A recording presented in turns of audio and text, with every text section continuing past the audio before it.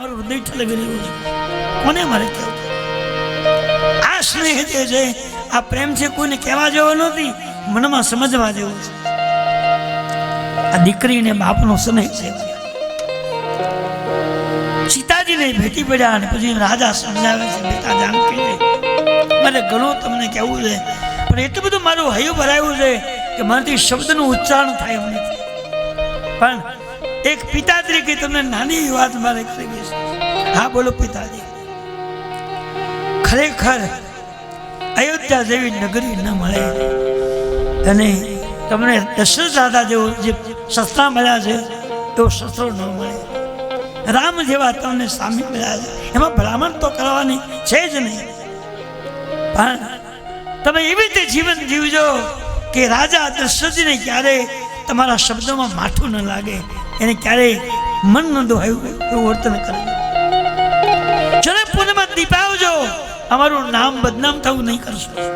કદાચ બેટા ક્યારેક એવી તકલીફ આવે, દુઃખ પડે તો સહન કરજો, પણ મારી નગરીને કલંક લાગે પગલું તમે ક્યારેય નહીં કરશો.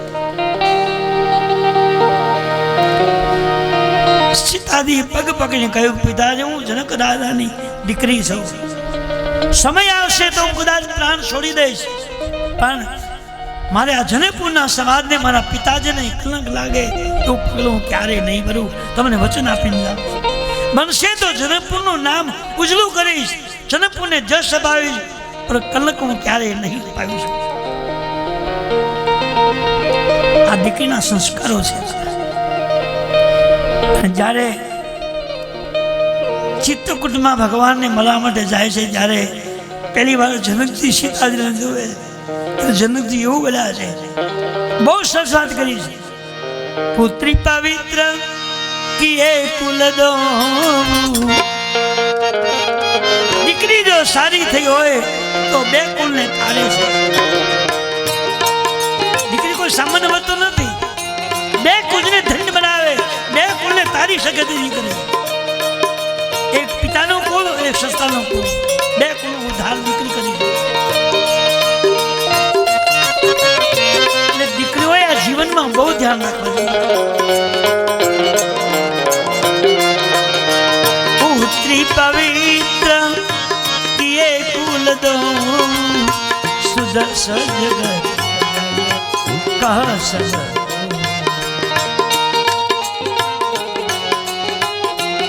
જનકજી દશરથજી, જનક રાજા ને સીતાજીનું બેનું સમાજ ચાલે છે. સમાચાર નીચે મળ્યા, સદાનંદજી દોડતા જાય છે. વશિષ્ઠજી ગયા છે, મહારાજ જનકજીને સમજાવી અને સીતાજીને બહાર લઈ આવ્યા. સીતાજી ધીમે ધીમે પગથિયા ઉતરે છે, પણ સીતાજીએ એક પોપટનું બચ્ચું પાલ્યું છે અને એક પાંજરું બનાવ્યું છે અને પાંજરામાં પોપટને પૂર્યો છે. રોજ સવાર સાંજે પોપટને પાણી પાય, કઈ ખોરાક માટે ફળ ફૂલ આપે. આ સીતાજી પગથિયા ઉતરતા હતા, ત્યારે પગથિયાને ઉતરતા ઉતરતા ઓચિંતાને પિંજરા પર એની નજર ગઈ. પાંજરામાં બેઠેલા પોપટને જોઈ. શુક્લ સારી કા પિંજર દેખે, પિંજરામાં પોપટને જોયો તો પોપટ આંખ બનશે અને પોપટની આંખમાંથી આંસુ વહે. અત્યાર સુધી સીતાજી સાવધાન હતા. એક પક્ષીની આંખમાં આંસુ જોયા, એક પોપટની આંખમાં. સીતાજી વિચાર કરે કે હું જાઉં છું એનો વિયોગ સગા સંબંધીને લાગે, આડોશી પાડોશીને લાગે, સ્નેહીજનોને લાગે, પણ પશુ પક્ષીને શું ખબર હોય. આજ પોપટ ની આંખમાં આંસુ છે. મને લાગે છે કે મારો વિયોગ એને ખબર પડી ગઈ. પાંદડાની પાસે જઈ હાથ નાખીને માથા પર હાથ નાખી. પછી તુલસી તો એમ લખ્યું છે કે સીતાજીની વિદાય થયા પછી એ પોપટે પાણી નથી પીધું, ફળ ફૂલ નથી ખાધું અને જાનકીના વિયોગમાં ને પ્રાણ ત્યાગી દીધું. તો વર્ણન છે રામાયણ.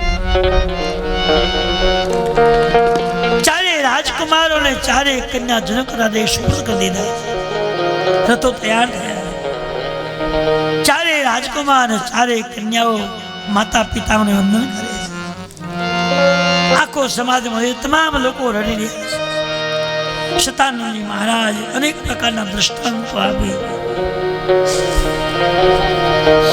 સમજાવી બધાને શાંત કર્યા છે.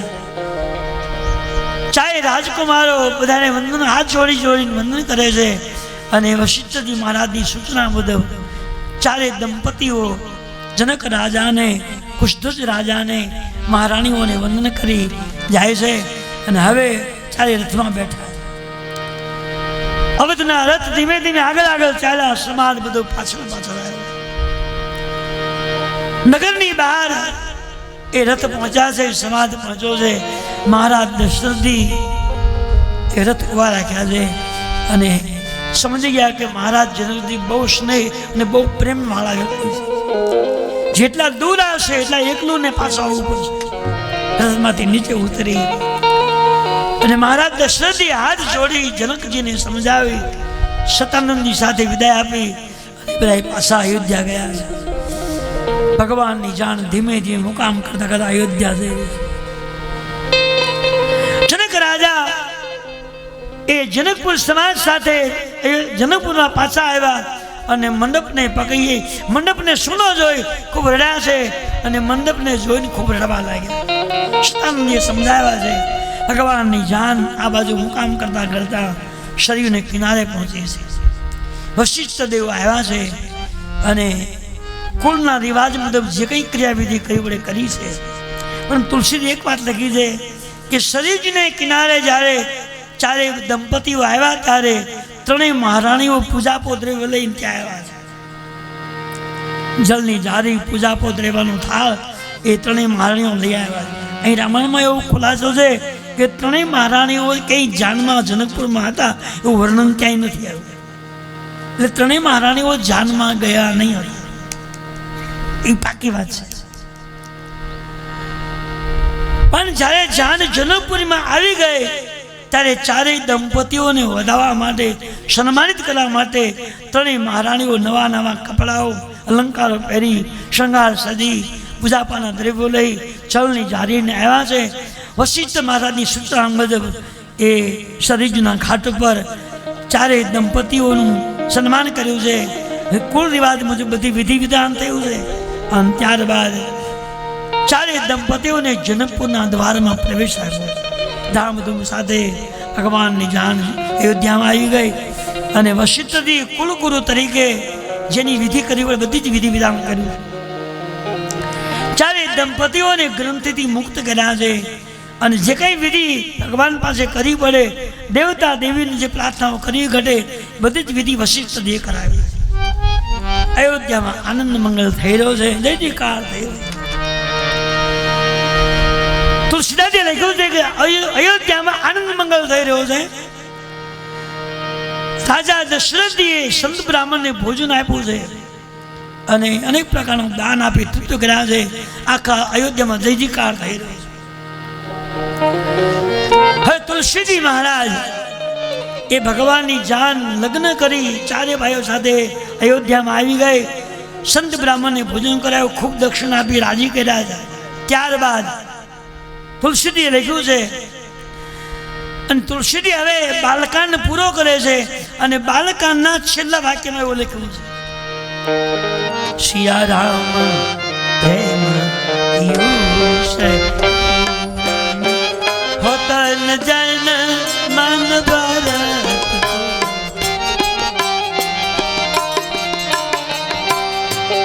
તુલસીજીએ ભગવાનના તંત્રમાં બાલકાંડના અંતિમ પ્રકરણમાં વર્ણન કર્યું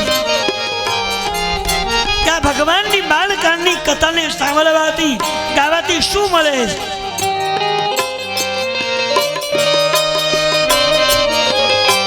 નિજ ગીરા કરણ કારણ રામ જસુ તુલસી કયો ઉપગીત યાર છાગ મંગલ સર્વદા સુખ પાવહી.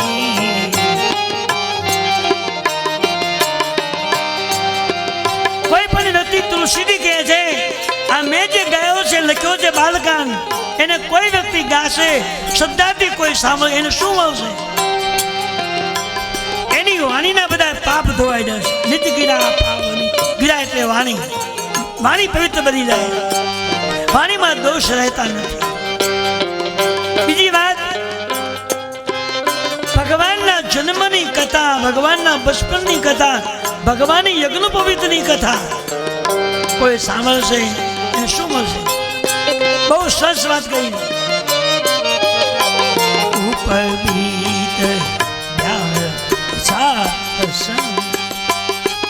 સર્વદા સુખ પાવજી.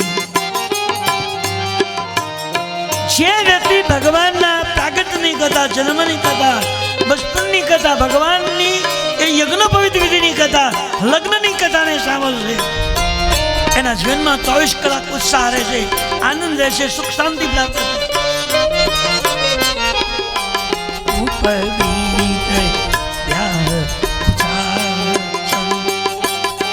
સર્વદા સુખ પાવઈ.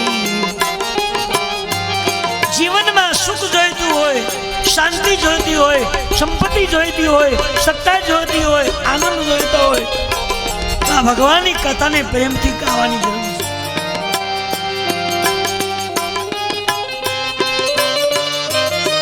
બાલકાંડને પૂરો કરતા તુલસીજી એવું લખ્યું છે કે જે કોઈ વ્યક્તિ આ ભગવાનના બાલકાંડની કથાને ગાશે, સાંભળશે, એનું જીવન ધન્ય બની જશે અને જેટલા પ્રકારની તમન્નાઓ છે એ બધી જ ઈચ્છાઓ ભગવાન પૂરી કરી દે છે. અને છેલ્લે લખ્યું છે કે આ ભગવાનની કથાને, બાલકાંડને એ ભગવાન સમર્પિત કરી તુલસીદાસજીએ ભગવાન પરમાત્મા રામજી મહારાજ, સીતા માતા, લક્ષ્મણજી મહારાજ, રામ પંચાયત, કૃષ્ણ પંચાયતના 94 આપણે જે કંઈ ગાયું છે એ બાલકાંડનું ચરિત્ર ભગવાનને સમર્પિત કરીએ છીએ. કાયેન વાચા મનસેન્દ્રિયર્વા બુદ્ધ્યાત્મનાભાં પ્રકૃતિ સવા કરોમિ યજ્ઞં સકલં પરસ્મે નારાયણાય સમર્પયામિ. જે કંઈ આપણે ભગવાનનું બાલકાંડનું પુષ્પ ગાયું છે એમાં ગાવામાં, બોલવામાં, વાતચીત કરવામાં કોઈ અપરાધ થયો હોય, કોઈ ભૂલતી હોય તો ભગવાન ક્ષમા આપે અને ગવાયેલું ચૈત્ર ભગવાનને સમર્પિત કરીએ. હવે આવે છે બીજું સોપાન, બીજું પગથિયું, અયોધ્યાકાંડ. બાલકાંડની કથા જે છે એ આનંદની કથા હતી, હરખની કથા હતી અને એકદમ વ્યવહારિક કથા છે. હવે તુલસીજી કહે છે બીજો કાંડ જે છે અયોધ્યાકાંડ, એ ભગવાનનામાં વિયોગની કથા આવે છે. હવે તુલસીજીએ બીજા કાંડને શરૂ કરતા પહેલા ભગવાનને પ્રાર્થના કરી છે. ગવાયેલો કાંડ ભગવાનને સમર્પિત કર્યો છે. એમાં કોઈ પણ અપરાધ ભૂલ થયો હોય ભગવાન ક્ષમા આપે અને ભગવાનની કૃપાથી મેં પણ આમાં ગાયું છે, એમાં મારી બોલવામાં, વાતચીત કરવામાં કંઈ ભૂલ થઈ મને ભગવાન ક્ષમા આપે. અને કે આટલું મોટું ચરિત્ર એ માણસ ગાઈ ન શકે. 9 દિવસ નહીં પણ સારી જિંદગી ગાવ તો ખૂટે એવું નહીં. એને 9 દિવસે કેવી રીતના પૂરું કરવું, એમાંથી અમુક પાપાયોનો સારાંશ લઈ આપણે ભગવાનના બાલકાંડને પૂર્ણ કર્યો છે, ભગવાનને સમર્પિત. હવે આવે છે અયોધ્યાકાંડ. અયોધ્યાકાંડની કથા છે એ થોડી વિયોગની કથા છે. બાલકાંડની કથા હતી, આનંદ અને હરખની કથા હતી. હવે કથા જે આવે છે એ દુઃખની કથા આવે છે. એટલે દુઃખની કથાને શરૂ કરતા પહેલા આપણે ભગવાનને પહેલા યાદ કરીએ. જય જય જય હનુમાન ગુસાઈ.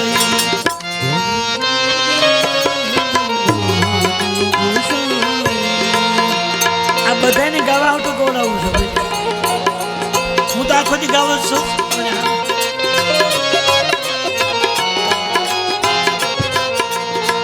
જય જય જય હનુમાન ગુસાઈ. કૃપા કરો ગુરુદેવ,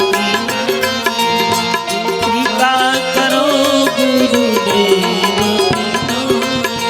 સાધુ સંત કે તુમ રખવાલે, સાધુ સંત કે તુમ રખવાલે, સાધુ સંત કે તુમ રખવાલે, સાધુ સંત કે તુમ રખવાલે. असुर निकंदन દુલારે असुर निकंदन राम दुलारे મંગલ ભવન મંગલ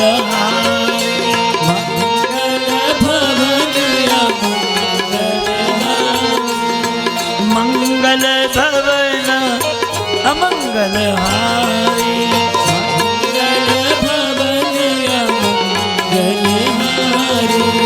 જવઉસો દશરથ અજીર બિહારી જવઉસો દશરથ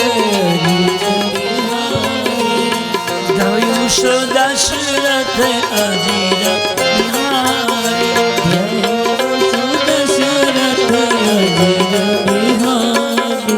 હનુમાનજી મહારાજનો ચરણારવિંદમાં વંદન કરી અને આપણે આરંભ કરીએ છીએ અયોધ્યાકાંડ.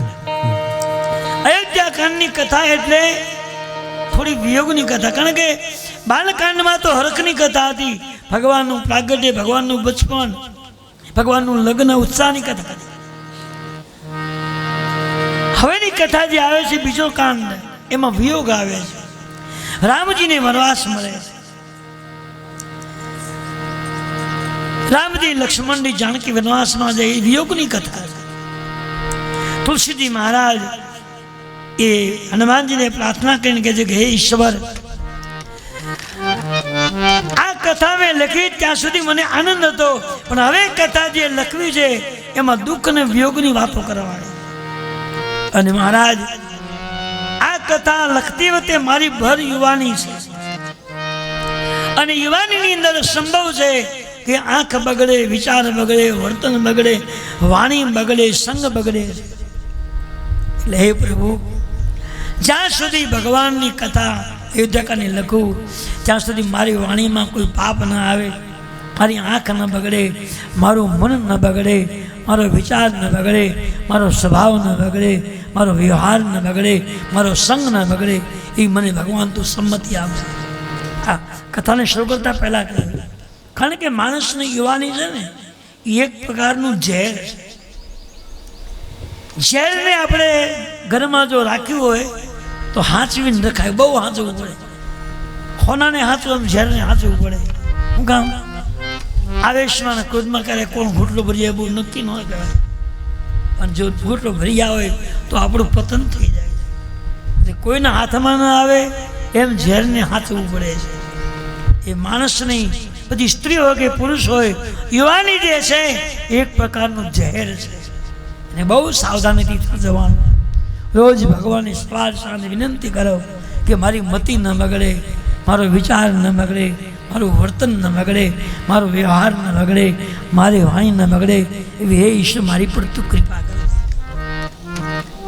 જો રોજ તમે પ્રાર્થના કરો ને તો સહી સલામત તમારી જિંદગી પસાર થઈ જાય.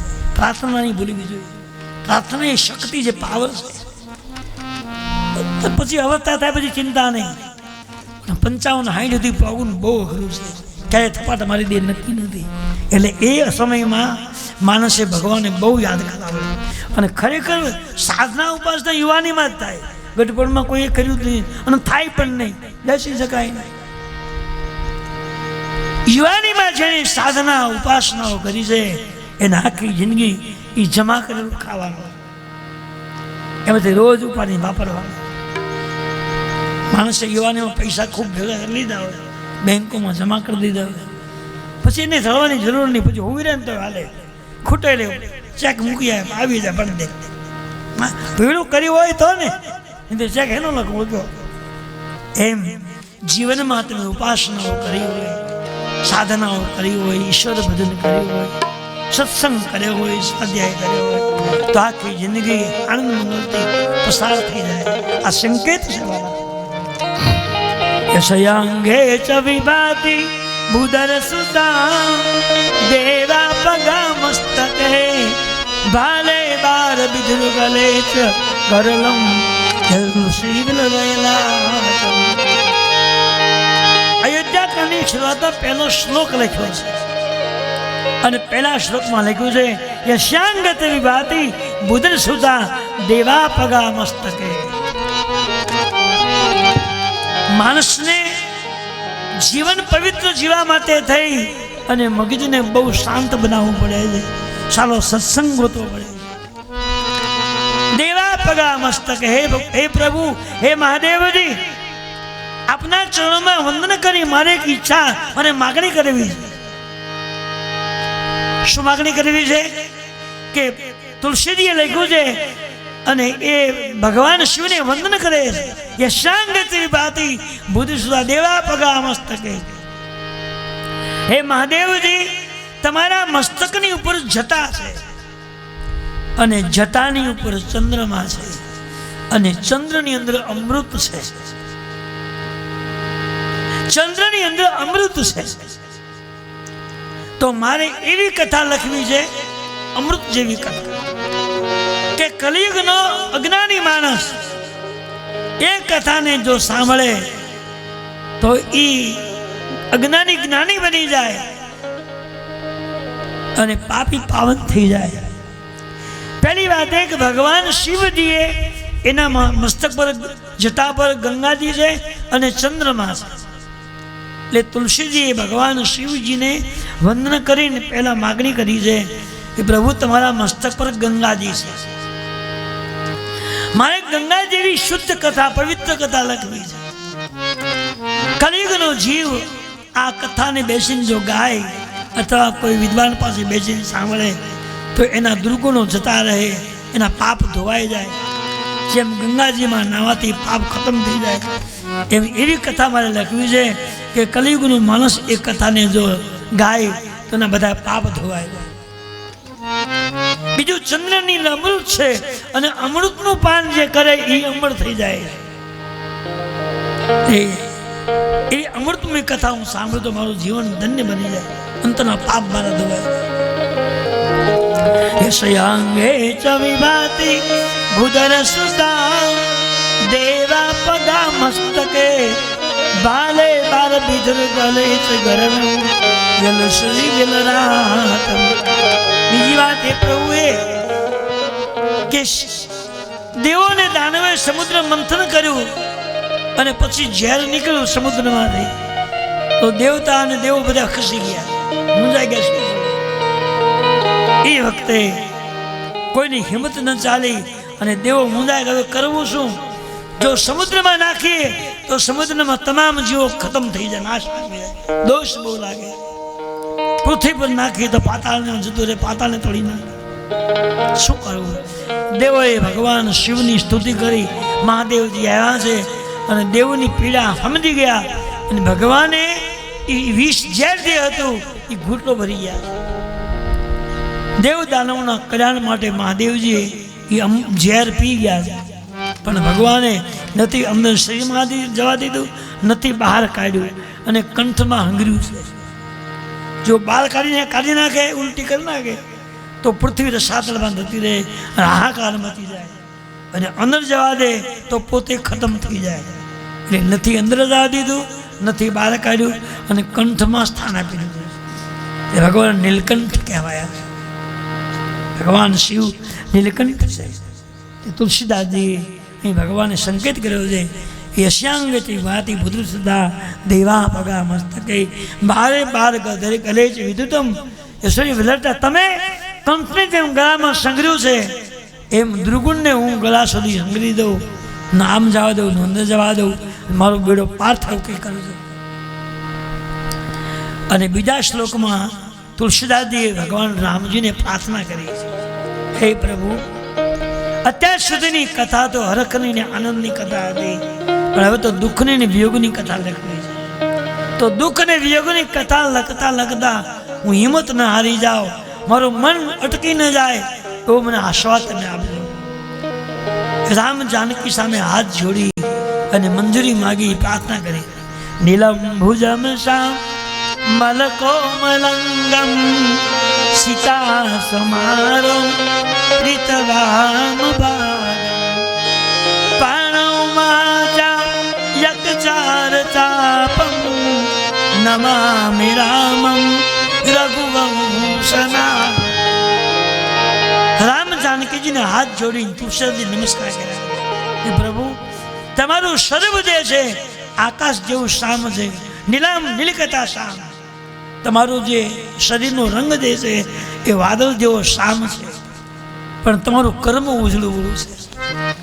તો પ્રભુ, જેમ તમે કર્મથી ઉજળા છો, જગતનું તમે કલ્યાણ કર્યું છે, એમાં જગતના લોકોના હિતમાં કામ આવે એ સુંદર તમારી મારે કથા લખવી છે. તો તમે અને મારી મા બેઉ મારી પર એવી કૃપા કરો કે જ્યાં સુધી કથા લખું ત્યાં સુધી મારી આંખ ન બગડે, મારો વિચાર ન બગડે, મારી વાણી ન બગડે, મારો વર્તન ન બગડે, મારો સંગ ન બગડે, અને અતિ આનંદમય કથા લખું. અને કલિયુગનો અધમ પાપી જીવ આ કથાને સાંભળે એનો બેડો પાર થઈ જાય, ભૂસગનમાં તરી જાય, એ મારે કથા લખી છે. સુંદર પ્રાર્થના જાનકી સાથે ભગવાનની કરી છે. આ બીજા અયોધ્યા કાંડના બીજા કાંડની અંદર આ પ્રાર્થના તુલસીદાસજીએ ભગવાન રામ જાનકીની પ્રાર્થના કરી છે. અને આ પ્રાર્થના ખરેખર આ શ્લોક અયોધ્યા કાંડનો છે. તમે બધા આનંદ તો છે ને કે ઘણાને મેં લાવી જોજો. અયોધ્યા કાંડમાં પહેલા શ્લોકમાં શિવજીની વંદના છે અને બીજા શ્લોકમાં રામ જાનકીની વંદના છે. એ સ્તુતિ શ્લોક ભગવાનનો ગાવા જોઈએ. સાંજ ને સવાર ભગવાનને ગાવે એટલે તમારે કાંઈ કરવાની જરૂર નહીં. નીલંબુદમ શ્યામલકુ મનંગમ સીતા સમારો પ્રીતભામ ભાગમ પાણો મહાસાય ગજાપમ નમામિ રામમ રઘુવંશનાથ. બસ એટલું બોલ પ્રાર્થના કરો, વંદના ભગવાનને સ્વીકારી લે. એ પહેલો શ્લોક પૂરો થયા પછી બીજો શ્લોક લખ્યો છે. પહેલો શ્લોક મહાદેવજીની પ્રાર્થના કરી છે અને મહાદેવજી પાસે યાચના કરી, આટલી આટલી વસ્તુ મને આપજો. ભગવાને માથા પર ગંગાજીની હંગેરા છે, ચંદ્રમાને રાખ્યો છે, ચંદ્રની અંદર અમૃત છે, એટલે અમૃત જેવી કથા મારે લખવી છે, ગંગા જેવી પવિત્ર કથા લખવી છે, એવું મહાદેવજી પાસે માગ્યું છે. હવે રામજી પાસે માગ્યું છે કે એવું મને જ્ઞાન તમે આપો, એવું જ્ઞાન હું લખું રામાયણમાં. અને કલિયુગનો અધમ જીવ, પાપી જીવ એ કથાને સાંભળે તો રામમય બની જાય, એના તમામ પાપ ધોવાઈ જાય અને ભવસાગરમાં વગર નૌકાએ ભવસાગર તરી જાય. એ મને કથા લખવી છે. ત્યારબાદ એક દુહો આવ્યો છે. શ્લોક ભગવાન રામ જાનકીજીની પ્રાર્થના કર્યા પછી ત્રીજો એક દુહો આવ્યો છે. જે દુહો હનુમાન ચાલીસામાં પહેલો આવે છે. આ જે હનુમાન ચાલીસામાં પહેલો દુહો છે એ અયોધ્યા કાનો પ્રથમ દુહો છે. એ દુહો તમે કદાચ હનુમાન ચાલીસા ગાતા હશો, તમને દુહો માનું છું બધાને આવડતા હોય, પણ એ શું કહેવા માંગે તમે જાણ્યું ખરું ક્યારે? ખાલી ગાવત નહીં, થોડુંક સમજો એ શબ્દોમાં કંઈક મારામારી. શ્રી ગુરુ ચરણ સરોજ નિજ મન મુકુર સુધાર. હે ભગવાન, આ હનુમાન ચાલીસાનો પહેલો દુહો છે, જે અયોધ્યા કાળનો પ્રથમ દુહો છે. શ્રી ગુરુ ચરણ સરોજ રજ નિજ મન મુકુર સુધાર. મુકુર કહેતા મન. જે માણસે ગુરુજીની પાસેથી ઉપદેશ લીધો છે અને ઉપદેશ લઈને જેને ભગવાનનું ચરણ સ્વીકારી લીધું છે, સવાર સાંજ રામ રામ જે બોલે છે, સીતારામ સીતારામ જે બોલે છે, એને ભટકવાની કોઈ જરૂર રહેતી નથી. એને ભગવાન મળવા માટે ત્યાં આવે છે, એને ગોતવાની જરૂર. આ મન જે છે વિચિત્ર છે, ચંચલ છે, અને એ મનને સ્થિર બનાવવું હોય, એકાગ્ર બનાવવું હોય તો કોઈ સદગુરુને તમારે પકડવા પડશે. શ્રી ગુરુ ચરણ સરોજ રજ નિજ મન મુકુલ સુધાર. આપણા મનને સુધારવાનું કામ સંત કરે છે, ગુરુદેવ કરે છે. ગુરુ કૃપા જ્યારે થાય ત્યારે 100% મન તમારું સાવધાન થઈ જાય, પછી બીક મટી જાય. કારણ કે તમે એનો એ મંત્રનો જાપ શરૂ કર્યો છે, અને મંત્રો જે છે એ શરીરની એક તાકાત છે, શરીરને મજબૂત બનાવે છે. કોઈ અવગુણને અંદર જવા ન દે. તમે કઈનો રસ ખાઓ તો જવા દે, પીવો તો જવા દે, શેરડીનો રસ પીવો તો જવા દે, ગળપણ ખાવ તો જવા દે, ચા દૂધ જવા દે, પણ દોષ ન જવા દે. ગુરુનું પ્રભુત્વ છે. શ્રી ગુરુ ચરણ સરોજ રજ નિજ મન મુકુર સુધાર. ભરનવ રઘુવર બિમલ જસ જોદાયક પ્રચાર. જે ભગવાનનું વર્ણન સાંભળે છે, ભગવાનની સ્તુતિ ગાય છે, ભગવાનના ગુણગાન ગાય છે, એનામાં અવગુણ પ્રવેશ નહીં કરી શકે. તુલસીજી ગેરંટી આપે છે. અવગુણ જાય આવા દેહમાં પ્રવેશ કરે છે, કાનથી સાંભળવાથી, આંખથી જોવાથી, મુખથી બોલવાથી, આ બધા દ્વારમાંથી દુર્ગુણ પ્રવેશ કરે છે. કોઈની નિંદા ખોદણી સાંભળો તો મન બગડે છે. આંખથી તમે કોઈની ખરાબ વસ્તુ જુઓ તો આંખ મનને બગાડે છે, અને ખરાબ વાણી બોલો તો અંતરનું પાપ વધી જાય, ભગવાનનું નામ અટકી જાય છે. સાવધાનીથી જીવવા માટે આ બધી વસ્તુને સાચવવાની છે. બહુ તમે ખાલી બીજું કંઈ જ ના કરો, પણ જાગીને મનને એકાગ્ર બનાવી નાહી ધોઈ અને દીવો અગરબત્તી કરીને ખાલી એક જ મિનિટ ભગવાનને પ્રાર્થના કરશો, ત્યાં મન ન બગડે, સ્વભાવ ન બગડે, જીવન ન બગડે. ઉપર એવું મારું ધ્યાન રાખજો, તમારું નામ મારથી ભૂલાય ન જાય, અને અખંડ નામ બોલી શકો એવું કંઈક મારા પર કૃપા કરે તો 100% મેલ પડી જાય. હવે તુલસીજીએ એ પ્રાર્થના પ્રકરણ પૂરું કર્યા પછી એ અયોધ્યાકાની ચોપાઈનો આરંભ કર્યો છે. અને તુલસીએ લખ્યું છે કે ભગવાનના લગ્ન થયા પછી ભગવાન અયોધ્યામાં આવ્યા પછીની વાત તો શું કરી, બહુ સરસ લખ્યું છે. જબ તે ब्यागी राम घर आए नित नव मंगल मूल.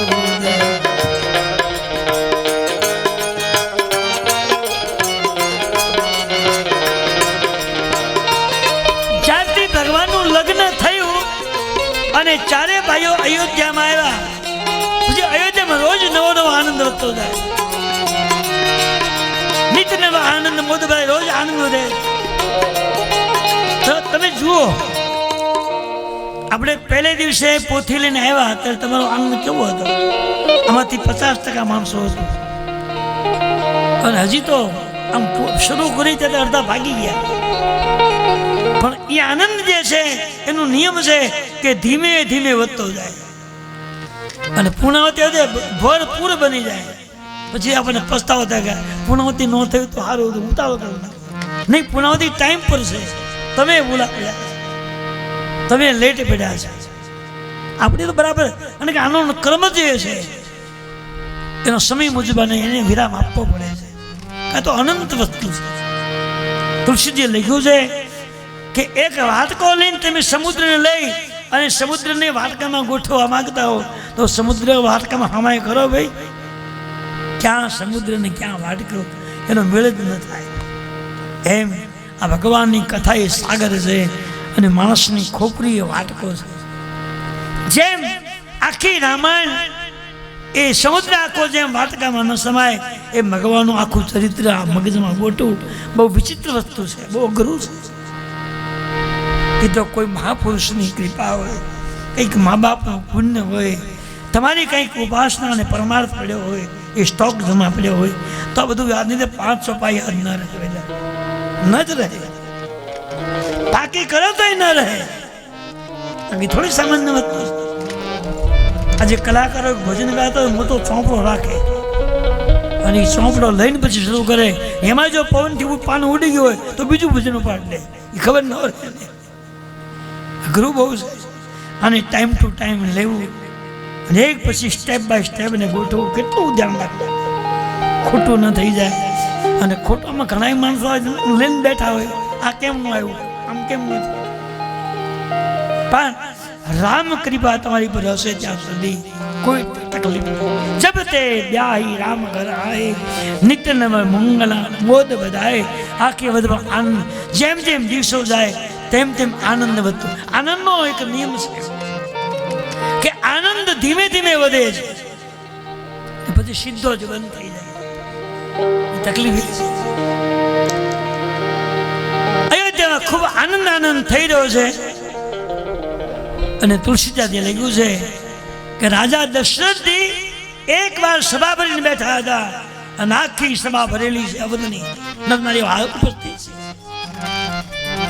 રાજાએ આખી સભાની સામે જોયું તો નર નારીઓ, નાના મોટા, વડીલ યુવાન તમામ લોકો ઉપસ્થિત છે.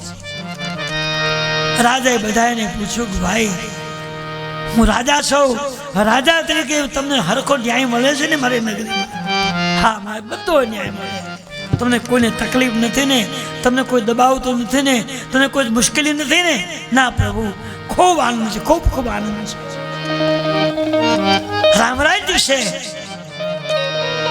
હવે રાજા દશરથજી આનંદથી બેઠા વિચાર કર્યો કે મારી નગરીમાં કોઈ દુઃખી નથી, કોઈ બીમાર નથી, કોઈને તકલીફ નથી, કોઈ દબાવતું નથી, અને અનેક પ્રકારના સારા કાર્યો થઈ રહ્યા છે. એ વખતે મહારાજ દશરથજી પોતાનો મુંગટ પહેરીને રાજસભા માટે બેઠા હતા. એમાં ઓચિંતાનો મુંગટ નીચે પડી ગયો છે. સભામાં બેઠા છે અને રાજમુંગટ જે પહેર્યો છે એ ઓચિંતાનો ભૂલ આમ ખબર નહીં ઓચિંતા પડી ગઈ. તો એ સમયમાં એવો સિદ્ધાંત હતો કે રાજાના મસ્તકનો મુંગટ પડે એને અપશુકન માનવામાં આવતું હતું. એ અપશુકન ગણાતું હતું. એટલે મુંગટ પડે રાજા ગભરાઈ ગયા. અને મુંગટ પડવાના બે જ કારણો હતા. પહેલું કારણ એ હતું કે રાજાએ પોતાની સત્તા પર બેસી અને અનીતિ કે પાપ જો કર્યું હોય, ભૂલ કરી હોય તો મુંગટ પડે. અને કાં તો પ્રજા દુઃખી હોય અને પ્રજાનું ધ્યાન ન આપ્યું હોય તો મુંગટ પડે. આ બે જ કારણ હતા, ત્રીજું કારણ નહીં હતું. તો રાજાને મતું ખરેખર મારી પ્રજા તો આનંદી છે, પવિત્ર છે, એનો કોઈનો દોષ નથી, પણ હું છું રાજા અને મારી કદાચ કોઈ ભૂલ હોય તો મને કોઈ ઠપકો થોડું આપવા આવે. એટલે રાજસભામાંથી ઊભા થઈ અને મહારાજ પોતાના મહેલમાં ગયા. મહેલમાં જઈ દરવાજો બંધ કરી અને કાચ સામે ઉભા રહ્યા છે. ચક્રવર્તી રાજા છે, જેને ત્યાં રામ જેવા દીકરાઓ છે. આ એક મહાન વ્યક્તિ, પવિત્ર વ્યક્તિ કાચ પાસે ઉભા રહી અને પોતાનું ચિત્ર જોવે છે અને પોતે પોતાની ભૂલ ગોતે કે મારી આંખ તો બગડી નથી ને, મારો સ્વભાવ તો નથી બગડ્યો ને, મારું વર્તન નથી બગડ્યું ને, મારી કોઈ ભૂલ થતી નથી ને. ચક્રવર્તી રાજા છે, જેને ઘરે રામ જેવા દીકરાઓ છે. આ રાજા પોતાની ભૂલ ગોતે, મારી કઈ ભૂલ છે, કેમ મુંગટ પડ્યો, કારણ શું છે? જેમ દશરથજી મહારાજ ચક્રવર્તી રાજા છે, જેને ત્યાં રામ જેવા દીકરાઓ છે, એ રોજ કાચની સામે જઈને ભૂલ ગોતે છે. એમ તુલસીદાસજી આપણને કહે છે કે તમે સાંજે તમારે ખાઈ પી વાળું પાણી કરી અંદર પથારીમાં સુવો ત્યારે તમારા હૃદય પર હાથ મૂકજો અને ભગવાનને પૂજ્યો. આજ આખા દિવસમાં મેં કોઈનું અપમાન નથી કર્યું ને, કોઈની નિંદા નથી કરીને, કોઈની આગી પાછી મેં નથી કરીને, કોઈને દુઃખ થયું વર્તન મેં નથી કર્યું ને. એવો ક્યારે વિચાર કર્યો જ ખરો? ભાઈ, જો તમે વિચાર કરો ને તો તમને તમારું પાપ સમજાઈ જશે કે આટલી મારી ભૂલ છે. અને પાપ સમજાઈ જાય તો થોડી માળા વધારી દઈ જાય, જપ વધારી દઈ જાય. એક માળા ફરી તો 5 ફેરી. અને એક જ વસ્તુ છે પાપને ધોવા માટે. પૈસાથી પાપ ધોવાતો નથી, સત્તાથી પાપથી મુક્તિ મળતી નથી, વૈભવથી પાપથી મુક્તિ મળતી નથી. પણ એક હરિનામ એટલું બધું સુંદર છે, એટલું પવિત્ર છે કે એના નામને ગાવાથી, નામને કઈ સુનહી ગાવે, સાંભળવાથી ગાવાથી એ પાપ ધોવાઈ જાય, માણસનો દેહ શુદ્ધ બની જાય. એટલે હવે આપણે સમય આવ્યો છે. રાજા દશરથજી કા સમય પોતાની ભૂલ ચક્રવર્તી રાજા છે, રામ જેવા જેને દીકરાઓ છે, જેની કીર્તિ ચારે ભુવનમાં ગવાય છે. આ માણસ એની શરીરની અંદર દેહની ભૂલ ગોતે છે. અને ભૂલ ગોતાય મળી જાય તો માણસ પાપ કરતો અટકી જાય, પાપને ધોઈ શકે. આપણે પાપને ભૂલી જઈએ છીએ અને ફરી યાદ નથી કર્યું એટલે દુઃખ વધ્યું છે. પછી રોગ આવે, બીમારી આવે, પીડાઓ આવે, ચિંતા વધે, પાપ વધે છે. એ બધા એમાંથી બચવાનો ઈલાજ એક પ્રભુનું ભજન છે. હવે રાજા દશરથજી એ પોતાના શરીરની ભૂલ ગોતી રહ્યા હતા, એમાં ભૂલ મળી ગઈ. ભૂલ દેખાણી. ક્યાં દેખાણી? શ્રવણ સમીપ ભય શિત કે મન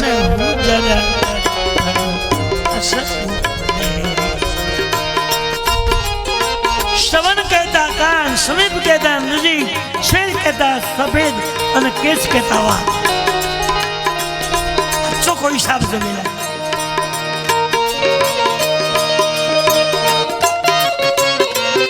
દશરથજીએ કાચની સામે ઉભા રહીને જોયું તો પોતાના કાનની બાજુમાં સફેદ વાળ જોયો. સફેદ વાળ જોયો. રાજાને સમજાઈ ગયું કે મારી અવસ્થા હવે થઈ ગઈ છે. રાજ વૈભવ મારે હવે છોડી દેવો પડે. દીકરાને સોંપીને મારું કલ્યાણ મારે કરવાનું. એનો મતલબ એ થાય કે દીકરાને દીકરીઓના પ્રસંગો પૂરા થઈ જાય અને વ્યવહારિક કામ દીકરાઓ સંભાળી એ કહેવા થાય. પછી મા બાપે પ્રવૃત્તિ મૂકી અને પોતાનું હિત પોતાએ કરવાનું. આ શરીર મળ્યું છે ને એને વેડફી નથી નાખવાનું. આખરીમાં એને ભગવાન સાથે જોડી દેવાનું. એ આપણા હાથમાં છે.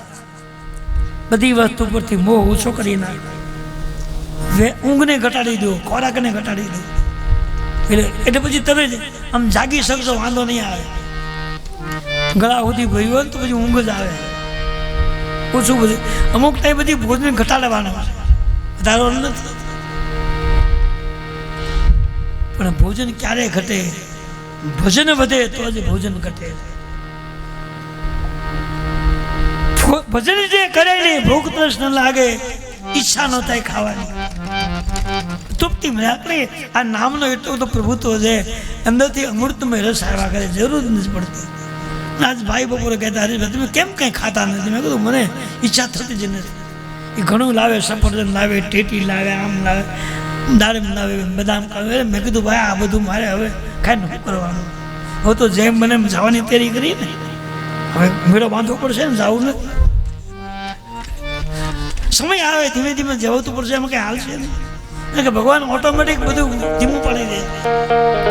નવી નવી ગાડી હોય ને, નવી નવી ગાડી ફોર વ્હીલ 8-10 લાખની 78 શરફ લાગે એને. પણ પછી એ આમ જૂની થયા પછી એને ધકાવવી પડે ક્યારેક ક્યારેક. ત્યારે માનવું પડે, નહીં તો હારે નહીં. શરીર છે એક યંત્ર છે, ધીમે ધીમે એના અવયવો નબળા પડી જાય અને પછી એમાં બહુ મેળ ન રહે. જોકે મારે તો ભગવાનની મહેરબાની હજી કાંઈ બહુ થોડુંક મગજમાં યાદશક્તિ ઘટતી જાય છે. પણ તોય આ ભગવાનને પૂછ્યું નથી, મને સંભાળી દે તરત યાદ આવી જાય. આમ ઘણી ભૂલાઈ જાય, અવળો ચડી જાય, પણ મળી પાછું મેળમાં આવી જાય. કારણ કે એને મારે પૂછવું પડે. એને પૂછીને બેઠો, એની અનુમતિથી એના ગુણગાન ગાવા બેઠો. એટલે જ્યાં અટકું ને યાદ ના આવે એની સામે જોઈ ત્યાં તો મગજમાં આવે હવે આ વાત શું કરવા. ખરેખર મને આમ એનો આનંદ છે કે આ પ્રસંગ જ્યારે મનમાંથી વયો જાય ત્યારે મારે એને પૂછવું પડે, એટલે સામે રાખવું પડે. અને કેટલાય વર્ષથી હું હાથ ઉડું, ઓછામાં ઓછા 60-70 વર્ષ ત્યાં. આ મોરારી બાબુ જ્યારે ભાવનગરમાં મહિલા વર્ગમાં કથા કરતા હતા, લહેંગો કથા પૂરી થયા પછી લહેંગો અને શર્ટ પહેરી અને આવો ખંભાઈ ટોળા રાખીને ગામમાં આટા મારતા.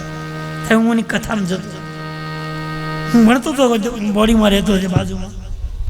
મારા મામાનો દીકરો મારો ધનો ગુજરી ગયો ને, મારા મામાના શાળા અને મારે બહુ ખાસ મિત્ર હવે જ બધો એ કરે.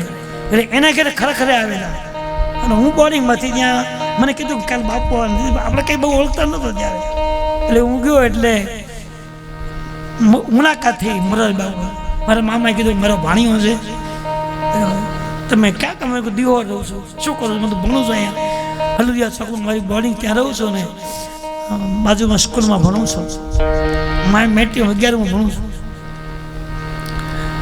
પછી નોકરી એની લેવી છે તો ભણ્યા વગર તો નોકરી કેમ મળે? કંઈ ભણતર બધું બહુ બહુ પાવરફુલ નથી. એટલે મેં બધું કંઈ નક્કી નહીં, ભગવાન શું કરે. એટલે એણે આ ફોટો મને કાઢીને એના પાકીટમાંથી આપ્યો કે આનું તમે પૂજન કરજો અને ભગવાન તમારું કામ કરશે. એ ફોટોને મેં મઢાવ્યો. પછી એક જગ્યાએ કથામાં ગયો એટલે ખોની માદન રાજી થઈ ગયો. એને આખી ચાંદીની 250 ગ્રામની ફ્રેમ બનાવી દીધી. અને આ લગભગ 55 થી 60 વર્ષથી આના હાથ છે. અને આ ચાંદીની ફ્રેમમાં ભગવાન છે. એ મારું ધ્યાન રાખે ન માંદો પડવા દે. હું બીમાર પડું એટલે કંઈ કરું ને આને મોર બેસી જાવ, તારે જે કરવું ઉઠાવો તો ઉઠાવી લે, નહીં તો હારો કર. બે એક કામ કર તરત બીજે વ્યવસ્થિત.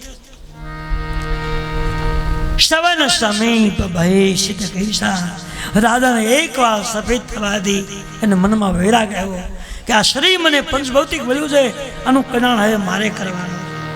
રાજ વૈભવ છોડી દીધો, હવે કંઈક કરવું જોઈએ. હવે બીજી વાત એ કે રાજાને એમ થયું, રાજા પાસે બધા અવધના લોકો આવ્યા.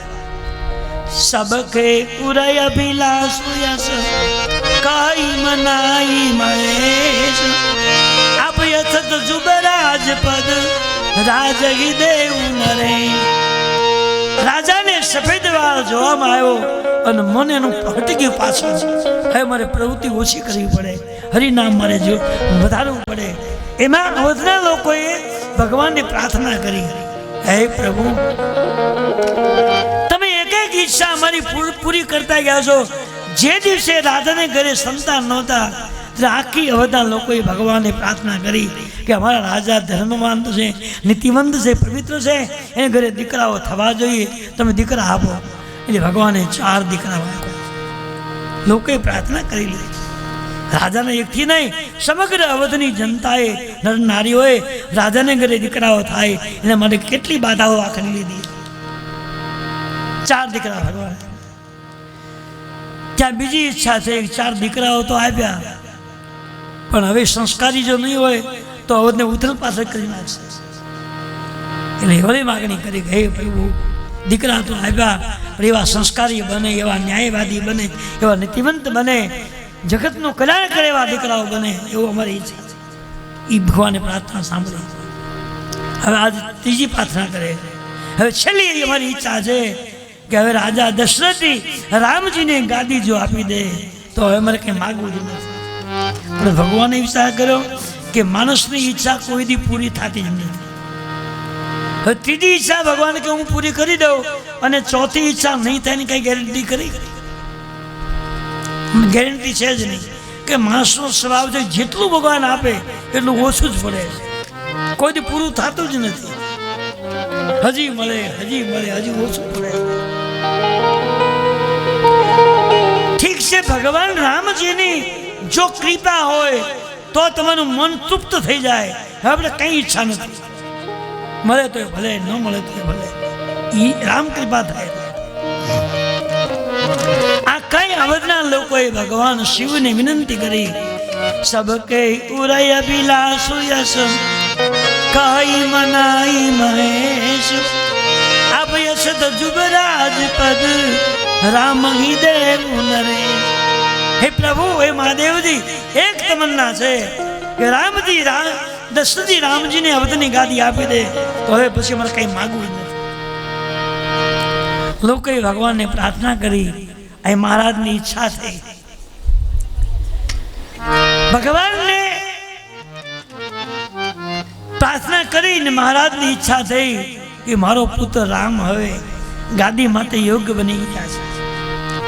કદાચ હું ગાદી સોંપી દઉં તો વહીવટ ચલાવે એમ છે, વાંધો નથી. એટલે વહેલી સવારમાં જાગી અને મહારાજ દશરથજી વશિષ્ઠના આશ્રમે ગયા. વહેલા જાગીને મહારાજ નિત્યકર્મ કરે છે. વશિષ્ઠજી પૂજા કરી રહ્યા છે અને મહારાજનું આગમન થયું.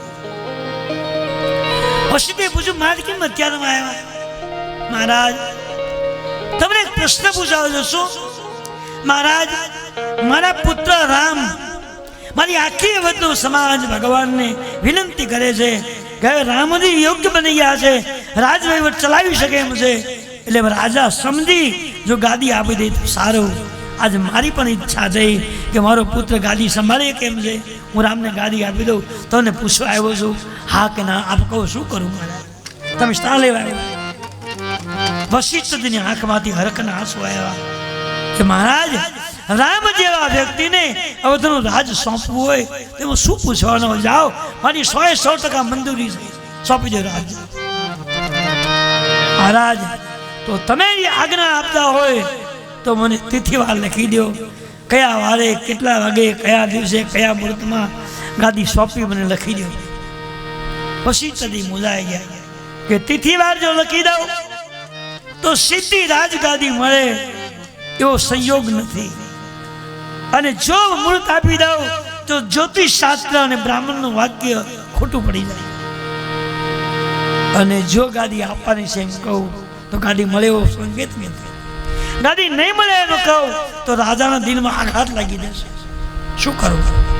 વશિષ્ઠજી મૂંઝાયા, પણ એને એવો નિર્ણય આપ્યો છે કે ન તો તહેવાર આવ્યા ન મુહૂર્ત આવ્યું, પણ શું બોલાવ્યા? બેગી વિલંબન કરીય નૃપ સાજ્ય સબુ સમાજ સુદિન સુમંગલ તબ હી જબ રામ હોઈ જુબરા. મહારાજ, અયોધ્યાનું શાસન જો રામજીને આપવું જ હોય તો એના માટે મુહૂર્તની જરૂર નથી. મુહૂર્ત ના હોય. કેમ?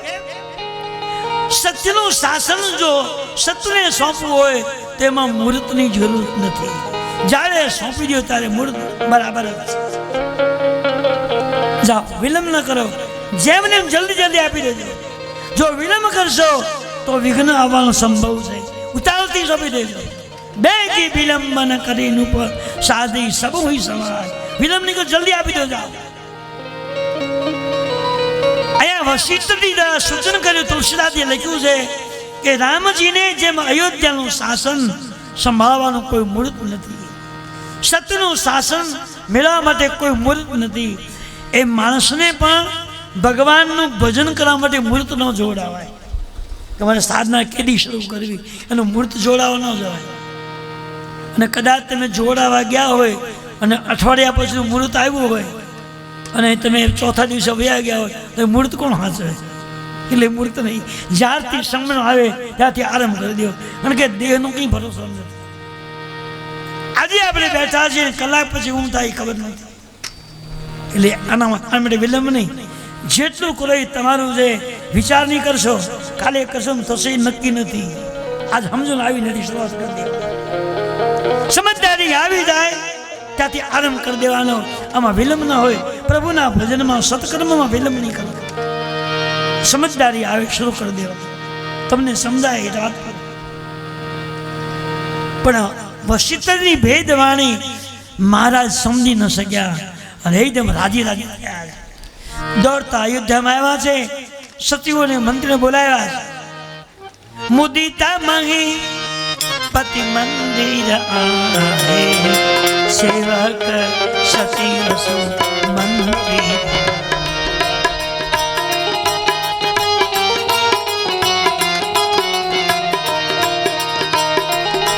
રાજા દશરથ દોડતા દોડતા અવધમાં આવ્યા. મંત્રીને બોલાવ્યા, પ્રધાનોને બોલાવ્યા. મારી અવધને શંગારો, વાજી શું છે? આવતીકાલે મારે રામજીને ગાદી આપી. સુમંતી પૂછ્યું, કેમ તાત્કાલિક ઉતાવળ? મહારાજ, વશિષ્ઠે મને એમ કીધું છે કે બેગી વિલંબન કરીએ ઉપર સાદી સબુઈ સમાજ.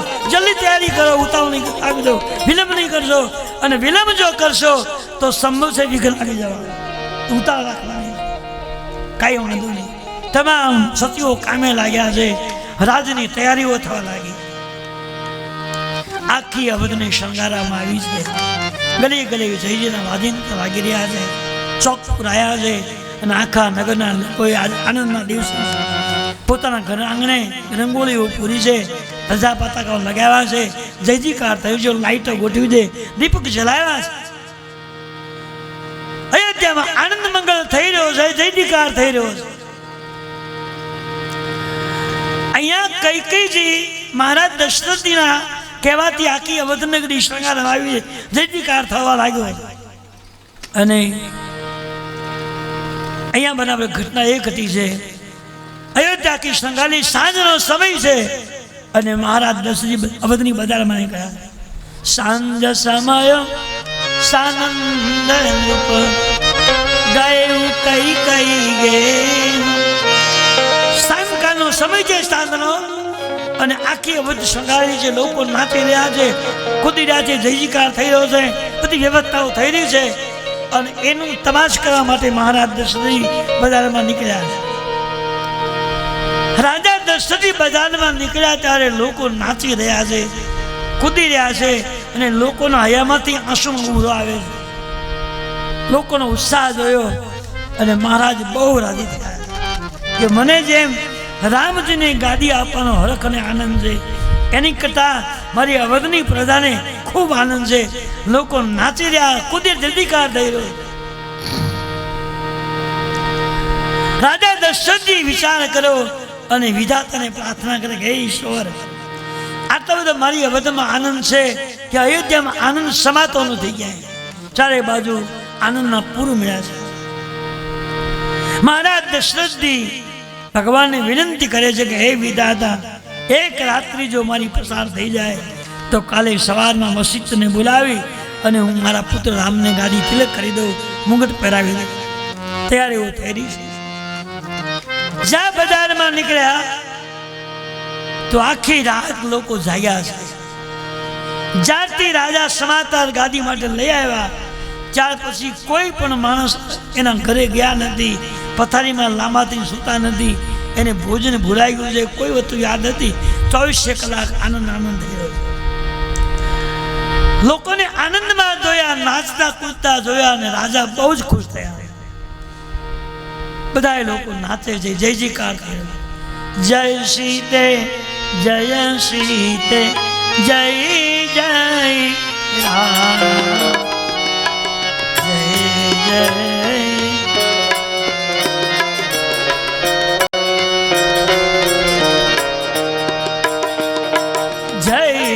સીતે જય સીતે જય જય રામ, જય જય કહીએ અયોધ્યા. ઘણી ઘણી જય જયકાર થાય, લોકો નાચે કૂદે, જય શ્રી રામ બોલે.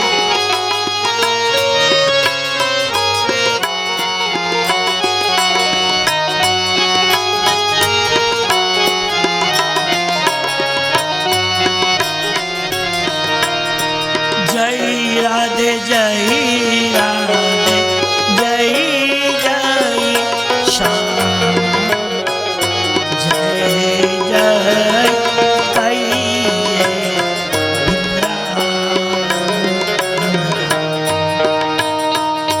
જય રાધે જય રાધે જય જય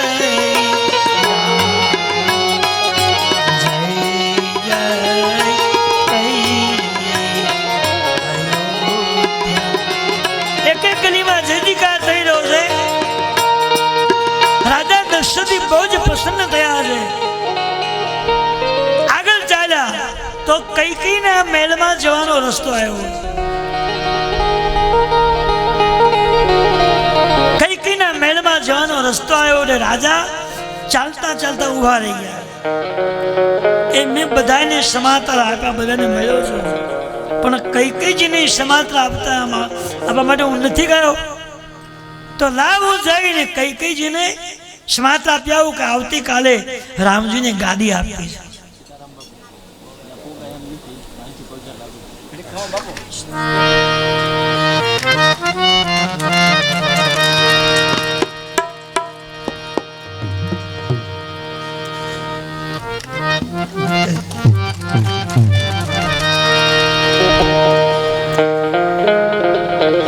રાજા દશરથજીએ કૈકેયીના રામજીને સમાચાર આપ્યા છે, મારે પુત્ર રામજીને ગાદી આપી. તો દરેકને મળીને ચર્ચા કરી છે, પણ મેં હજી કૈકેયીને સમાચાર નથી આવ્યા, લાવ આપતા હોઉં. એટલે કૈકેયીના મહેલમાં જવા માટે મહારાજ પગલું ભરે છે. સેજ પગલું ભર્યું અને રાજાને જમણા પગમાં ઠેસ વાગી. સંકેત થયો. ત્યારે આપણા પ્રસંગમાં કંઈક બનવાનું હોય ને તો અપશુકન થાય. અને તમે કોઈ સારા કાર્ય માટે જતા હોય ત્યારે તમારા પુરુષને કોઈ જમણા અંગમાં કંઈક વાગવાથી સહેજ લોહી નીકળે તો માનવાનું કે તમારા શુભ પ્રસંગમાં, આનંદમય પ્રસંગમાં કોઈ વિઘ્ન આવી રહ્યું છે. અને જેને ત્યાં પ્રસંગ છે એવા સ્ત્રીઓના ડાબા અંગમાં કંઈક વાગવાથી જો સહેજ લોહી નીકળે તો એના આનંદમાં કંઈક વિઘ્ન આવી રહ્યું છે, એક સંકેત છે.